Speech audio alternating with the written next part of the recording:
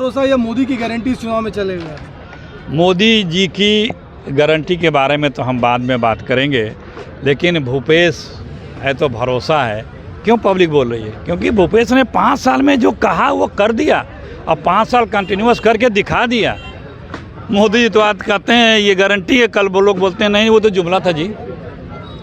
झूठ की गारंटी है, हमारे साहब के झूठ की तो एकदम गारंटी है कि अगर वो बोल रहे हैं तो झूठ ही होगा, ये तो इसकी गारंटी है।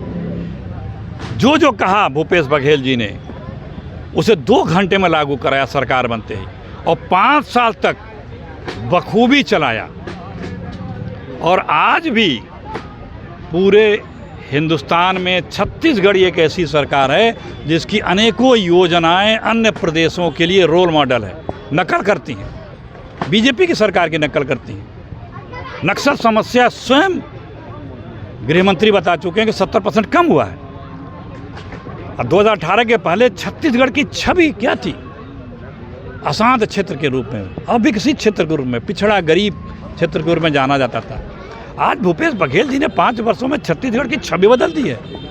एकदम शांत क्षेत्र है, जहाँ कभी वोट नहीं पड़ पाता था, सड़क पे आके बूथ लगते थे।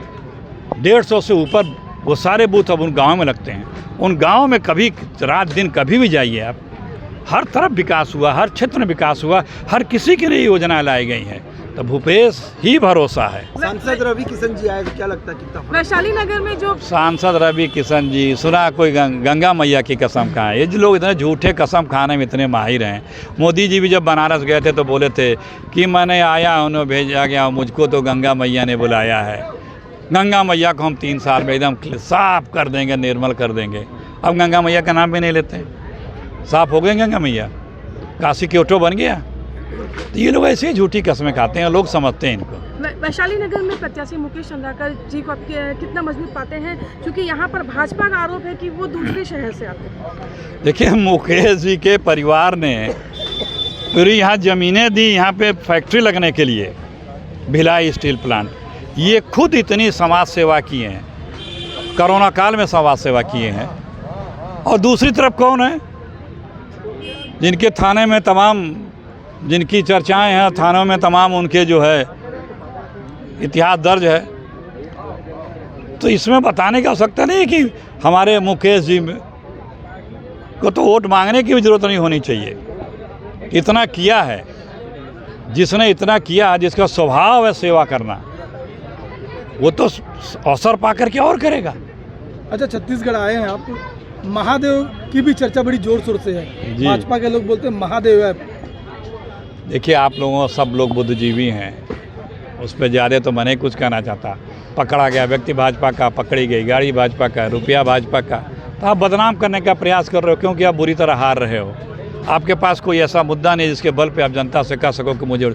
बीजेपी आज मुद्दा विहीन है, छत्तीसगढ़ में नेतृत्व विहीन है, मुद्दा विहीन है।